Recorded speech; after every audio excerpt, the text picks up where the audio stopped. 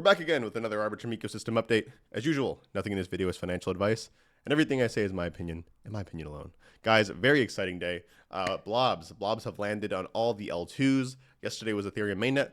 Today, Arbitrum has seen the cost reduction from the blobs. And let's just jump right into it. We had a ton of blob-related stuff today. So jumping into it, the Arbitrum Foundation says the blobs have landed on Arbitrum. ArboS 20 Atlas is now live. Blobs are in effect, reducing data posting costs. Additional execution gas fee reductions for Arbitrum 1 will go live on March 19th. Not the 18th, it'll be the 19th. Technically early in the morning, like very early in the morning, the 19th. To go a little bit deeper into the cost reduction on the 19th, they say here that first, the L1 surplus fee will be affected. Essentially, it'll be reduced from 32 Gwei to 0, and the L2 base fee will be reduced from 0.1 Gwei to 0.01 Gwei, so about a tenth of the original cost. And for those who don't know, a very high-level overview. Arbitrum fees, the Arbitrum fee structure is essentially comprised of 4 components: the L1 base fee, the L2 base fee, the L1 surplus fee, and the L2 surplus fee. So in this case, 2 of those fees are being adjusted to a very, very low amount, especially that L1 surplus fee. What does this mean for applications? What that means is apps on Arbitrum 1 will not have to be modified or take any explicit action to get the benefits of using EIP 4844, aka the whole chain essentially opts into ArboS 20 Atlas, benefiting from the low costs. And then what does this mean for orbit chains? Well, orbit chains, in this case, L3 rollup chains on top of Arbitrum 1 will see lower fees, no additional action is required. Number 2 is self-governed orbit L2 rollup chains must deploy ArboS Atlas and also switch on blob posting. And then it looks like, oh yeah, and actually, I think I'm going to be co-hosting I guess the AMA tomorrow morning at 9:30 a.m. Eastern with co-founder and chief scientist Ed Felton, as well as co-founder and CTO Harry. So very exciting stuff. Essentially, what happened today is, from a user perspective, transaction fees went essentially from about like $1.30 for a swap, for example, on Uniswap, to about 5 cents. Insane numbers here. And I think the cool part is that I think there was a point like in the bear market when like fees were very, very cheap. I don't know if swaps were this cheap, but everything was very, very cheap in the bear market because no one was using Ethereum. Now that we're more or less in a full-fledged bull, these the L1 costs were getting very, very high. So definitely blobs have helped a ton in terms of capacity and helping drive down a lot of costs in the interim. Uniswap tweeted this out the other day, actually earlier today, that gas costs went from essentially 1 to 2 Gwei almost, all the way down to, I don't think it even says here what it is, but like probably 0.0 something Gwei, which rounds out to about 5 cents. It depends, obviously, on when you're transacting on the chain, it'll go up and it'll go down a little bit, I think, depending on the blob market and how that fills up over time. But Trader Joe also reported something similar, 6 cents for a swap. Again, I think it depends on the time and when you're posting. Nonetheless, insane time, guys. I wanted to remind everyone, though, huge reminder, that blobs are about increasing capacity. Dirt cheap fees are just a temporary benefit of this early data market, like I said. But just like call data, it can fill up depending on how many L2s I'm sure are posting to it, and just essentially how much traffic each one is seeing. That being said, if L2s do want to be sustainable long term, then sequencer revenue must go back up via a hefty increase in daily transactions, inevitably driving up fees, at least a smidge. So, in my opinion, you will see fees go up again, probably no matter what. Obviously, this is separate from the cost reduction happening on the 19th for Arbitrum. So fees actually will probably go down before they go up for Arbitrum again, actually, which is kind of funny. But long term, what you're going to see essentially is pretty much yesterday in the past, Arbitrum would probably average around, I don't know, like 8 to 9 TPS per day, with transactions at around $1 something, depending on the Ethereum mainnet price.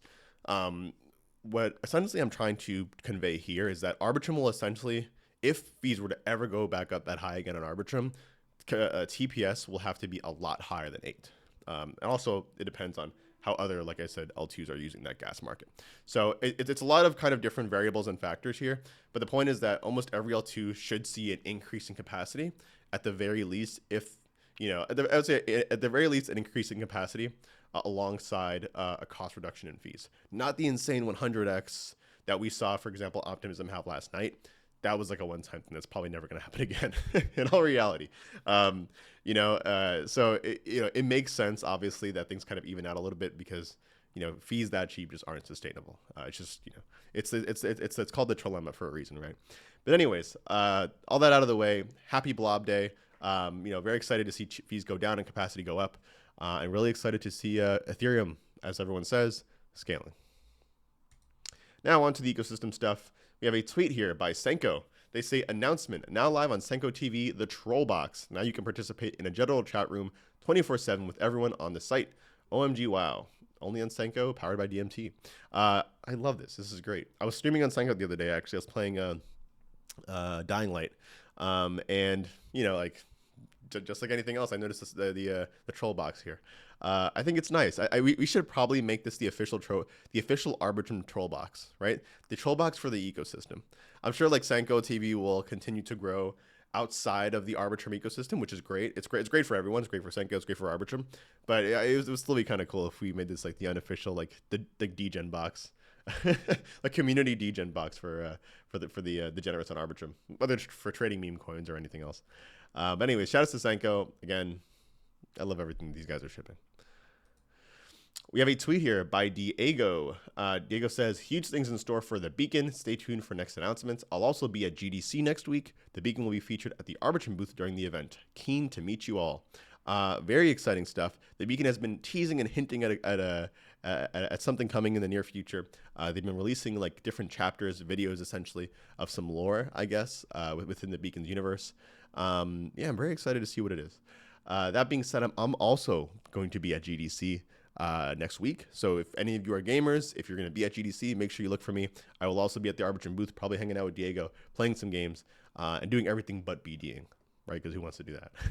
But yeah, very exciting stuff. I'll always, again, the Beacon is another team, very bullish on. I remember like literally December of 2022, I think, like playing the alpha version of their game, like for the first time when they first announced it. And I remember them like they were just like overwhelmed with the amount of success and the amount of joy that people got from playing it. It was a great time, and like I don't know, I'm looking forward to see them continue to scale the Beacon to the masses. We have a tweet here by Toochi. They say, connecting to Arbitrum NFTs from Zai is live. Own a Genesis Trainer NFT on Arbitrum. Accelerated progress on Toochi on Zai. Simple thesis: the success of Zai and Toochi on Chain RPG will inevitably lead to direct growth in Arbitrum metrics, all on chain with no bridging required. Toochi is a pretty dope game. I'm not gonna lie.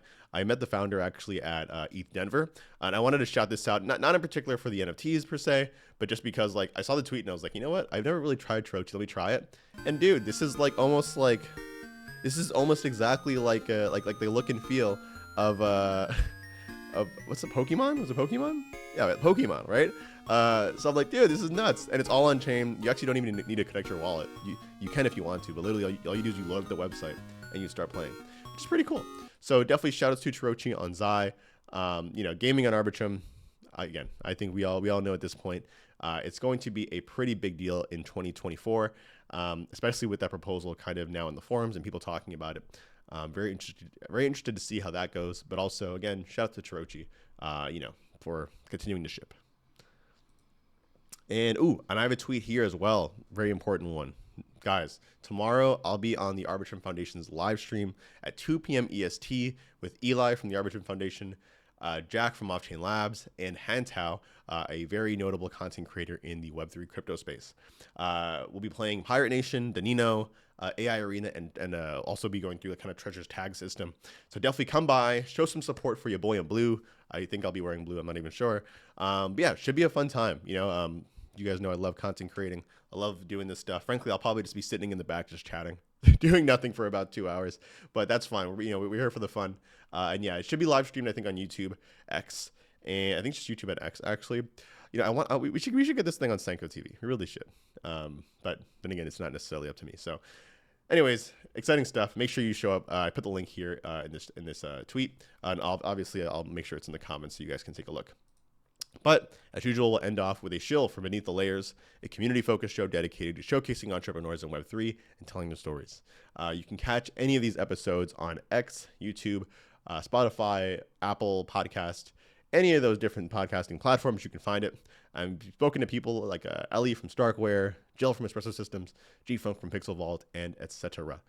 So yeah, guys, appreciate you as usual for watching. And yeah, happy blobbing.